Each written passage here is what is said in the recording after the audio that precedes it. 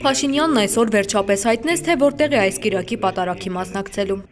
Կիրակի օրը դեկտեմբերի 7-ին Գյումրիի 7 վերք եկեղեցիում կմասնակցեմ Սուրբ եւ Անմահ պատարագի։ Այն մասին, որ Փաշինյանի հակակաթողիկոսական շրջագայության հաջորդ կանգառը Գյումրին է լինելու, հայտնի էր արդեն մի քանի օր, սակայն Փաշինյանը ինքը դրա մասին չէր խոսում, քանի որ Շիրակի թեմում չէր կարողանում գտնել քահանայի, որը կհամաձայներ պատարագ մատուցել իր սահմանած պահանջով, Վեհափառի անունը զեղչելով։ Շիրակի թեմը, որի առաջնորդ Միքայել arczepiskopos Աջապահյանը վերջերս ազատազրկման դատապարտվեց, իբրև թե ռազմական հեղաշրջման կոչ անելու համար, արդեն հայտարարել է, թե մի որևէ քահանա պատարագի ընթացքում չի զեղչի ոչ Վեհափառ Հայրապետի, ոչ էլ թեմի առաջնորդի անունը։ Մի քանի հոգու անուն շրջանառվեց հոգևորականներից, որ առաջարկել էին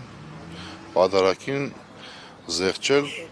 Հայրապետի անունը, Վեհափառ տիրոջ անունը եւ նաեւ առաջնորդի անունը, ինչքան հասկացա, բայց համաձայնություն չի եղել այդ իմաստով, որևէ մի հոգևորական Շիրակի թեմում չի համաձայնվել զեղչել Վեհափառ տիրոջ անունը եւ չի համաձայնվել զեղչել նաեւ առաջնորդի անունը։ Այս օրերին իշխանությունը ազգային անվտանգության ծառայության օգնությամբ կաթողիկոսի անունը զեղչելու պատրաստ քահանայի ակտիվ փնտրտուքի մեջ էր։ 2 օր առաջ Գյումրիի Սուրբ Հակոբ Մծբնեցի եկեղեցու քահանա Տեր Ռուբենը Ազատությանն ասել էր, ազգային անվտանգության ծառայությունից իր մոտ եկել են համոզելու, որ Փաշինյանի այցի օրը պատարագ մատուցի եւ զեղչի կաթողիկոսի անունը։ Ինքը հրաժարվել է։ Դրանից հետո Փաշինյանը ստիպված եղավ խոստովանել, որ պատարագներից առաջ այսպես ասած պատվիրակներ է ուղարկում եկեղեցի իր պահանջները ներկայացնելու եւ դրանց համապատասխան քահանաներ գտնելու համար։ Ես գնում եմ այն պատարագներին, որտեղ Կտրիչ Ներսիսյանի անունը չի հնչում։ Մենք խնդրում ենք, երբ որ ես մտադիր եմ մասնակցել, մենք խնդրում ենք, որպեսզի այս փաստը, որ մենք համարում ենք, որ Կտրիչ Ներսիսյանը կաթողիկոս չէ, հաշվի առնվի։ Մի դեպքում կարող է ծանոթ լինել, դա կարող է ԱԾԱ աշխատող լինել, մյուս դեպքում կարող է որևէ տեղ աշխատող չլինել, երրորդ դեպքում կարող է ծանոթ լինել, չորրորդ դեպքում կարող է բարեկամ լինել, հինգերորդ դեպքում կարող է իմ օգնականը լինել, 6-րդ դեպքում կարող է 6-րդ մարդ լինել, 7-րդ դա կախված է նրանից, ով ում ճանաչում է եւ ով ինչ անձնական կապեր ունի։ Սուրբ Աստվածածին եկեղեցու հոգևորականները չգիտեն, թե ով է Փաշինյանի կանոններով պատարագ մատուցելու։ Լսել են խոսակցություններն այն մասին, որ գուցե այլ թեմից քահանա բերեն։ Ըստ եկեղեցու կանոնների, եթե հոգևորականը ցանկանում է պատարագ կամ այլ ծես մատուցել մեկ այլ թեմի եկեղեցում, այդ մասին նախապես պետք է թույլտվություն ստանա թեմի առաջնորդից։ Եվ նաեւ պատշաճ է, որ տեղի հոգևորականը տեղյակ լինի, որ այս մարդը գալիս է պատարագին մասնակցելու համար։ Հետևաբար սա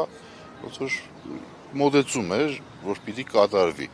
Հիմա այս պարագային ես կարող եմ ասել, որ մենք այստեղ Սուրբ Աստվածածին եկեղեցու մեջ 3 հոգևորականներով ենք, բայց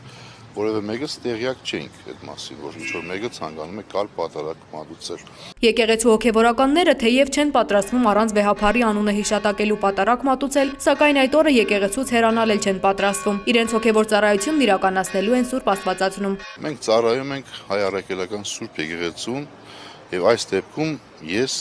ուղղակի 7 վերջում եմ ծառայում, որովհետեւ սա իմ նշանակման վայրն է։ Եվ ես պարտավոր եմ լինելու իմ եկեղեցուն։ Սա պիտի, ասենք, ամեն մի հոգևորական դա այդպես հասկանա եւ զգա։ Իսկ եթե բռնի, ասենք օրինակի համար Տեր Ուսիգին բռնի